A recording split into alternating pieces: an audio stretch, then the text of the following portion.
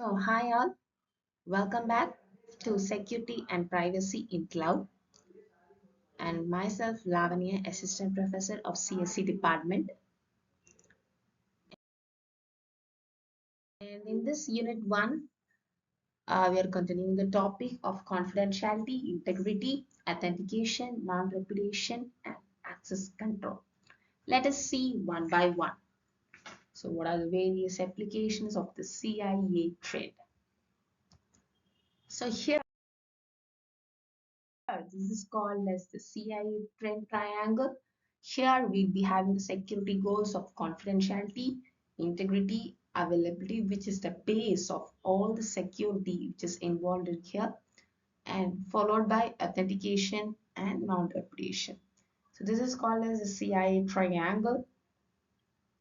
Let us see one by one. First one is that confidentiality. So the confidentiality, it is the protection of information in the system so that an unauthorized person cannot access it. So this type of protection is most important if you take a military or government organization that need to keep plans and capabilities secret from enemies. However, it can also be useful for businesses that need to protect their proprietary trade secret from competitors and other unauthorized persons from accessing the company's sensitive information like legal, personal, or medical records or information. And here it also maintains the data as well as the access or permission. And this confidentiality is preserved not only through access control but also the data encryption methods. And here the privacy issues have gained an increasing amount of attention in the past few years, placing the importance of confidentiality and protecting personal information maintained in automated systems by both government agencies and private sector organizations. Confidentiality must be well defined and procedures for maintaining confidentiality must be carefully implemented. A crucial aspect of confidentiality is user identification and authentication. Positive identification of each system user is essential in order to ensure the effectiveness of policies that specify who is allowed access to which data items. And here, if we take when the data encryption is utilized, the users without access to the information, they can't be able to see the non-textual text. So that is nonsensical or non-information text. The only the users with an encryption key or the password of some kind, they can able to view the information which is written.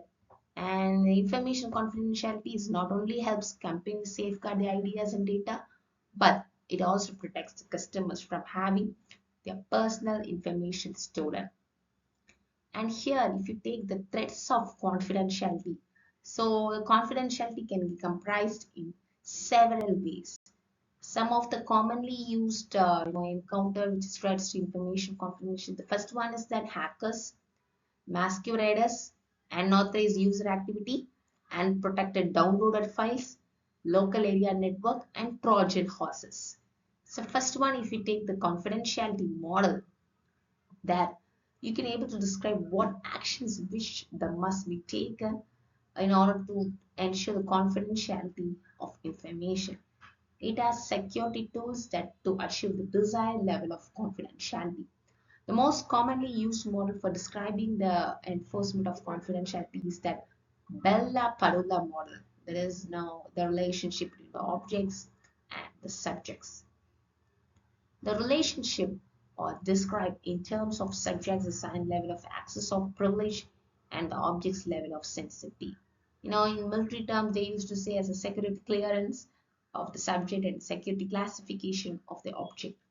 And another type of model that is commonly used in confidentiality is that access control.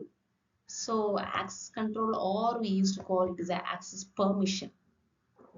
So it organizes the system into objects, and there will be some set of rules specifies which operation can be performed on an object by which subject. And what are the types of confidentiality is that? So there are totally 5 types of confidentiality. First one, data confidentiality. Second one, network confidentiality. Third one, end-to-end confidentiality.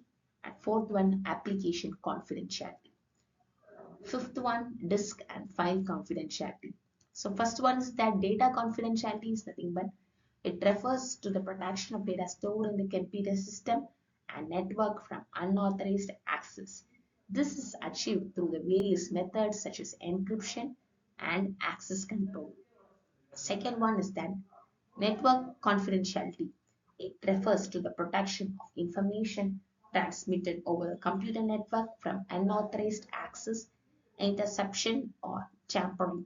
This is achieved through secure protocols like SSL, secure socket layer, and TLS, transport layer security. And third one is if you take is that end-to-end confidentiality. Here, it refers to the protection of information that is transmitted between the two endpoints between the client as well as the server from unauthorized access. And the fourth one is that application confidentiality. So what is meant by application confidentiality is that it refers to the protection of sensitive information processed and stored by the software applications from unauthorized access or modification. And here it achieved through the user authentication, access control, and encryption of data which is stored in the application. And fifth one is that disk and file confidentiality. So what is meant by that is that it protection of data which is stored on physical storage devices such as hard drive from unauthorized access or theft. This is achieved through encryption, secure storage facilities, and access control. So now see we'll see what or we'll discuss about what are the uses of confidentiality.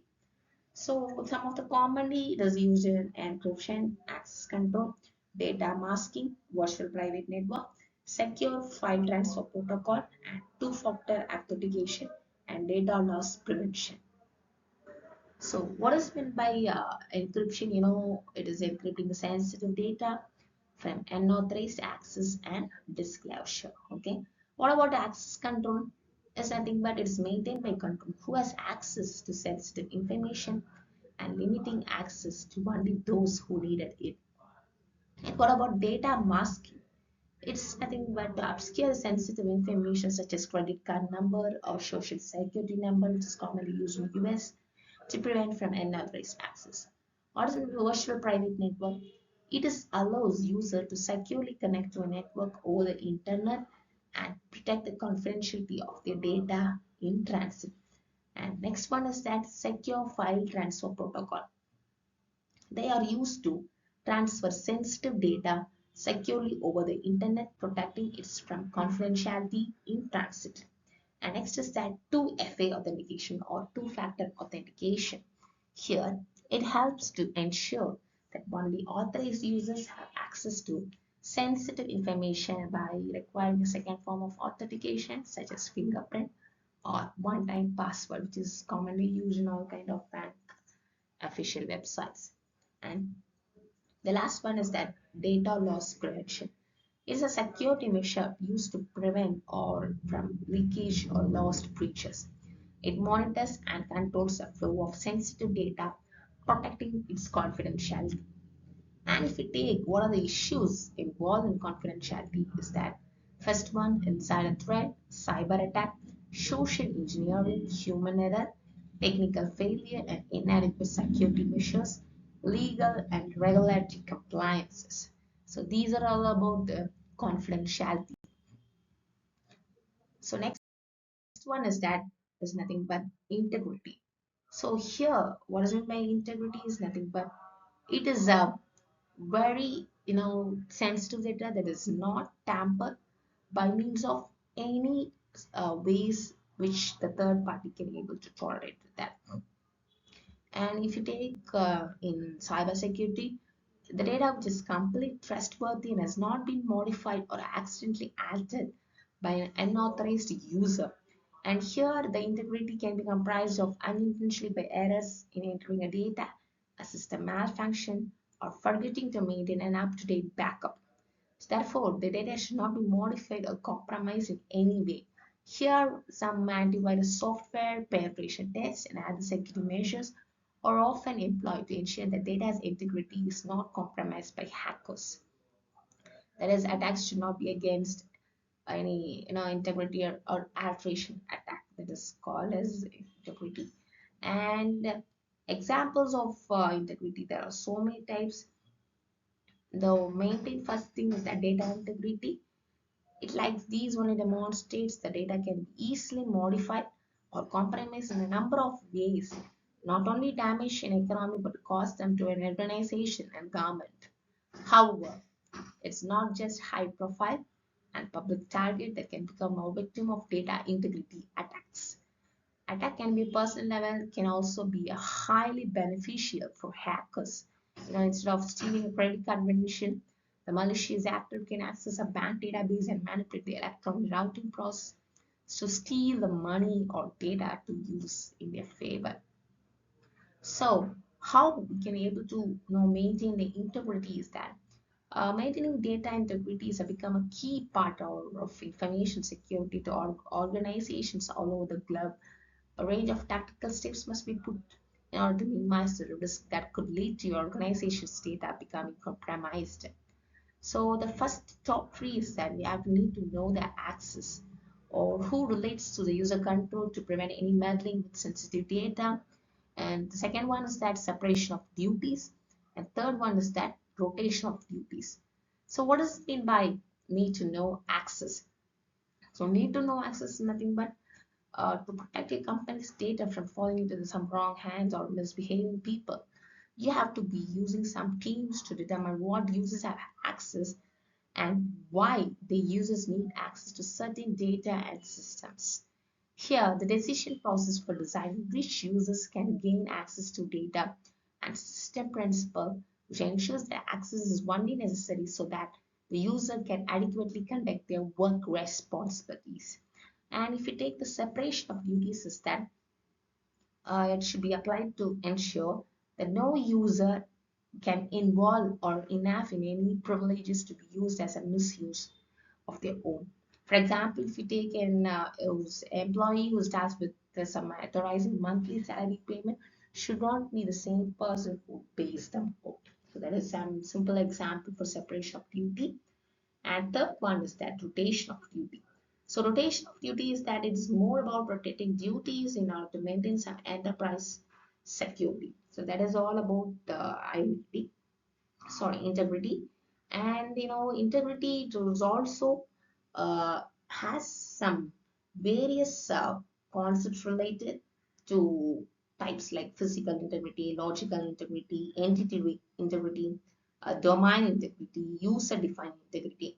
So there are four different. The main thing is that we will be using some integrity entity, like it's a feature which is related to the relation system that stores data within the table, and it relies on primary key and unique values being created, which might you have studied in some DBMS concept. And second one, referential integrity. So referential integrity is a series of processes that ensure that data remains stored and used in a uniform manner, and this can prevent data duplication and guarantee data accuracy. And third is that domain integrity. It has some series of processes that guarantee the accuracy of pieces of data within a domain. A domain is classified by a set of values that a table's column are allowed to contain, along with constraints and measures that can limit the amount or format or what type of data you're going to enter. And last one is that user-defined integrity. So user-defined integrity means that the rules and constraints around data are created by the user to align with their specific requirement. And this is usually when other integrity processes will now safeguard an organization's data, allowing for the creation of rules that incorporate the data integrity measures. So this is all about the integrity. And next we are going to see is about authentication. So this is the main step which is involved in security purpose. So authentication, if you take, it means the process that needs to be controlled in order to ensure that the users are who they claim to be. And users must provide evidence for their identity before accessing any confidential information. So as other terms we used to say it's the process of verifying that a communicating partner is the whom we have to claim. So example, if you take, say for example, a username and password. This is the most popular authentication method which is used to access accounts on websites and service providers. And the second one is that biometric. If you are going for a company, we used to keep some biometric that will be identified as a unique identifier. Based on that, you can able to verify that particular user has entered the industry or the company. And the third one is that like O authentication history or open standard authorization protocol we used to say that uses a trusted third party for authentication. And we'll all know like some there will be a source and some destination. Here we'll be having using some encryption or decryption algorithm to pass the values from the sender to the receiver in order to secure. And if you take in case of authentication is that it can be relatively common and easily to utilize such as password, scannable card or multi-factor authentication. And in particular, multi-factor authentication is important for information assurance because it is relatively straightforward to use and because it requires merely entering a password. And here there are different types of authentication, like if you take single factor authentication and then two factor authentication. So what is meant by single factor authentication is that we used to call as SFA. So single factor authentication is nothing but this was the first method of security that was developed. And this authentication system, if you take, the user has to enter the username and password to confirm whether that user is logging in or not. And this is mainly used, the username or password is wrong, the user will not be allowed to log in or to access the system. The advantage of single factor authentication is that it is very simple to use and straightforward system and is not at all costly. And the user does not need any huge technical skills. And the drawback or disadvantage is that it is not all password secure because it will depend on the strength of the password entered by the user. And second one is that the protection level in single factor authentication is very, very, very low when compared to two factor authentication. And second one is that two-factor authentication is nothing but here the user has to give a username, password, and other information. There are various types of authentication system that are used by the user for securing the system. Some of them are wireless token and virtual token, OTP, and more, some more, etc. And if you take the advantage of two-factor authentication, it provides better security when compared to the single-factor authentication. And the productivity and flexibility will be increasing in the two-factor authentication scheme. And if you take about the, it prevents the loss of trust. Only drawback is that it is time consumption. And the third one is that multi-factor authentication. So what is meant by multi-factor authentication is nothing but in this type of authentication, more than one factor of authentication is needed. This gives a better security to the user. Any type of keylogger or phishing attack will not be possible in a multi-factor authentication. This assures the user that the information will not get stolen from them. So the main advantage is that there's a no risk of security, no information could get stolen, no risk of any keylogger activity, or no risk of any data getting captured. So this is the main advantage of multi-factor authentication. And what about the drawback? It's time consuming. As we have seen in the two-factor authentication, here also distance multi-factor, there will be some time consumption. And it can rely on some third parties. The main objective of third parties is that it then can authenticate with a password, physical identification, and biometric. They can have some facial characteristics, fingerprint, retina pattern, signature, voice. By means of that, we can able to clear the authentication purpose. So this is all about authentication. And next thing is about non-repetition. So non-repetition is nothing but what does that means? It's a word which is oftenly used in legal context, but it can also be applied to information assurance procedure, and it is one of the essential thing which special focus on transaction and data exchange over the internet. And if you take about the, it means that when information is transferred, there needs to be some proof that action was successfully completed on both sender side as well as receiver side.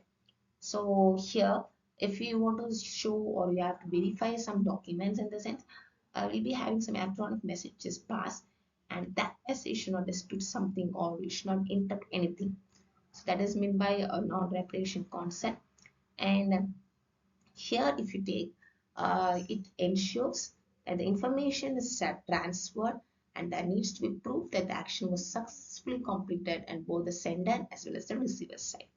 And the third point, if we take, here they are, what do you mean is that here it shows how it ensures accountability and on both the sides of the information transaction. And here it's a critical for information assurance because it provides evidence of actions such as sending a message or sorry, or accessing a data. And here in the implementation methods used is that digital signature, time stamping, and then audit logs. If we take in terms of cyber security or in cloud in the sense, it is critical for information assurance because it provides evidence for actions, just sending or message or accessing of data. So what is the main difference between authentication and non-repudiation is that authentication is concerned with verifying the identity like username as password, right? Whereas if you take a non-repudiation, it ensures that once an action is performed, the party which is responsible cannot deny that they have done it. Example, if you take in a banking transaction, authentication will confirm that you are an account holder of this particular account, and while non-repudiation will prevent you from denying that you made a specific transfer. Okay, so this is all about the CIE thread. And the next last topic is that access control. So access control here they have mentioned as what is that? It's a data security process which is involved in enabling organization to manage who is authorized to access corporate data and resources. And security in terms of it's a method of limiting access to cloud-based information and helps to secure information and reduce the risk. And it also has some user policy that verifies the user who are they claim to be and ensures appropriate control access levels are granted to the users. And what are the types of access control? There are so many types of access control. The first one is then mandatory access control or MAC. Second one, discretionary access control, DAC. And third one is that role-based access control, RBAC. And next one is that attribute-based access control. And then last one is that history-based access control. So what is meant by mandatory access control is that administrators set the strict policies for users' data and resources, and this model is often used for sensitive information in government and military environments.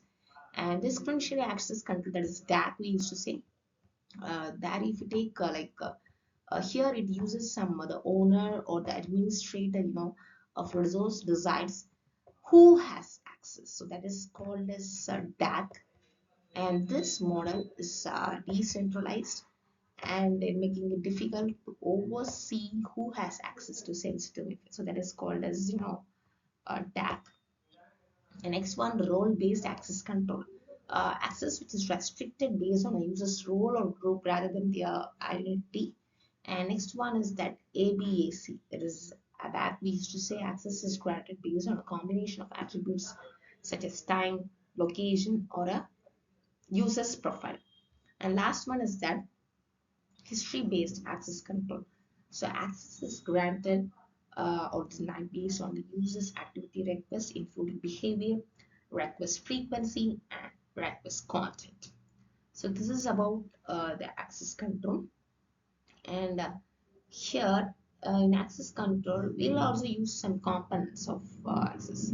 So it's a crucial component web application ensuring that only the right users have the right access to the resources. If you those, it will not be too critical for helping organizations not to avoid some data breaches and fighting attack vendors, and then such as buffer flow and crack attack and path attack or phishing attack. And the main components, involve this set authentication, authorization, access, manage, as well as audit. Okay, so this is all about the access control. And if you take the challenges involved is that distributed IT system, policy management, monitoring and reporting, access control model. So this is about drawbacks which is involved in access controlling. I hope you all understand about the basic authentication, access control, integrity, non-repetition, confidential. So this is all about CIA trend. So thank you all. We will meet in the next video. Thank you.